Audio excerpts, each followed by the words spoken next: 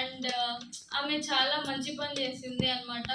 నాకు ఇచ్చిన డైలాగ్స్లో కన్నా నేను చాలా ఫీల్ అయ్యాను. ఆ డైలాగ్స్లో క్యారెక్టర్ ఇన్వాల్వ్ అవ్వడం కానీ ఇంకా సంథింగ్ ఎల్స్ ఆల్సో.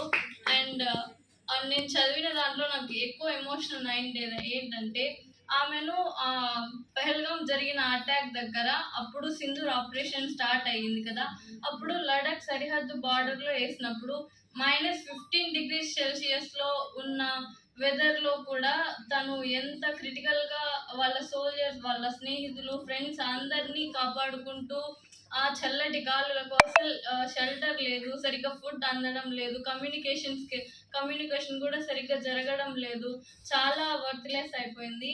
అప్పుడు వ్యోమిక మేడం గారు ఇచ్చిన ఒక శాటిలైట్ ఉండడం వల్ల వాళ్ళకు కొంచెం కమ్యూనికేషన్ జరగడం అయింది. అక్కడి నుండి ఆమె వెనకడుగు వేయకుండా సెల్ ఫోన్ టవర్ ఉంటుంది కదా, దాని దగ్గరికి వెళ్ళి ఆమె కమ్యూనికేషన్, ఆమె already good and services science and services చదివిన టెక్నీషియన్ కాబట్టి ఉన్న వైర్స్ మాన్యువల్స్ అన్నీ ఫిక్స్ చేసి దాన్ని కమ్యూనికేషన్ చేస్తుంది. అప్పుడు చిన్న చిన్నగా అక్కడ వాళ్ళు మాట్లాడుకుంటున్న మాటలు విని ఇక్కడ లడాక్ దగ్గరలో ఉన్న వాళ్ళకి కమ్యూనికేట్ చేస్తుంటే వాళ్ళు ఆల్రెడీ అడుగుతున్నారు ఆర్ యూ దేర్ అని. అప్పుడు కురుషి గారు ఏమన్నారంటే చిన్నగా తన ఓపికనందరినీ బిగబట్టుకొని జై హింద్ అని మెల్లగా అంటూ సడన్గా ఒక్కసారి జై హింద్ అనేకి ఆపరేషన్ సింధూర్ సక్సెస్ఫుల్ అని చాలా గట్టిగా ఎడ్ చేశారు. అది నా హార్ట్కి టచ్ చేయడం వల్ల ఐఎమ్ ఫీలింగ్ వెరీ ఎమోషనల్.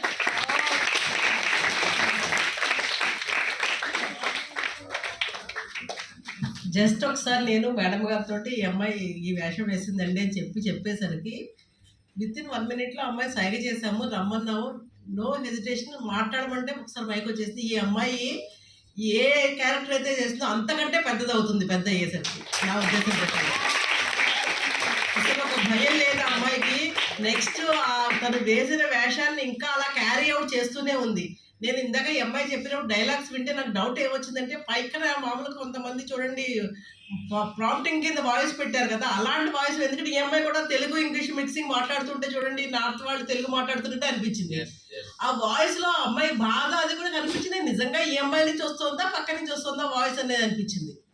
నువ్వు ఇలాంటి లీడర్స్ని చూసి ఇంకా మోటివేట్ అవ్వాలి, తెలిసిందా? నువ్వు గ్యారంటీ నాకు తెలుసు ఓ 10-15 ఏళ్ళ నాకు కనిపించు, ఎంత పెద్ద అయ్యారో నేను ఆనందిస్తాను. అందరూ కూడా ఈ అమ్మాయి గ్యారంటీ కూడా లైఫ్లో బాగా ఎదుగుతుందని అర్థమైపోతుంది.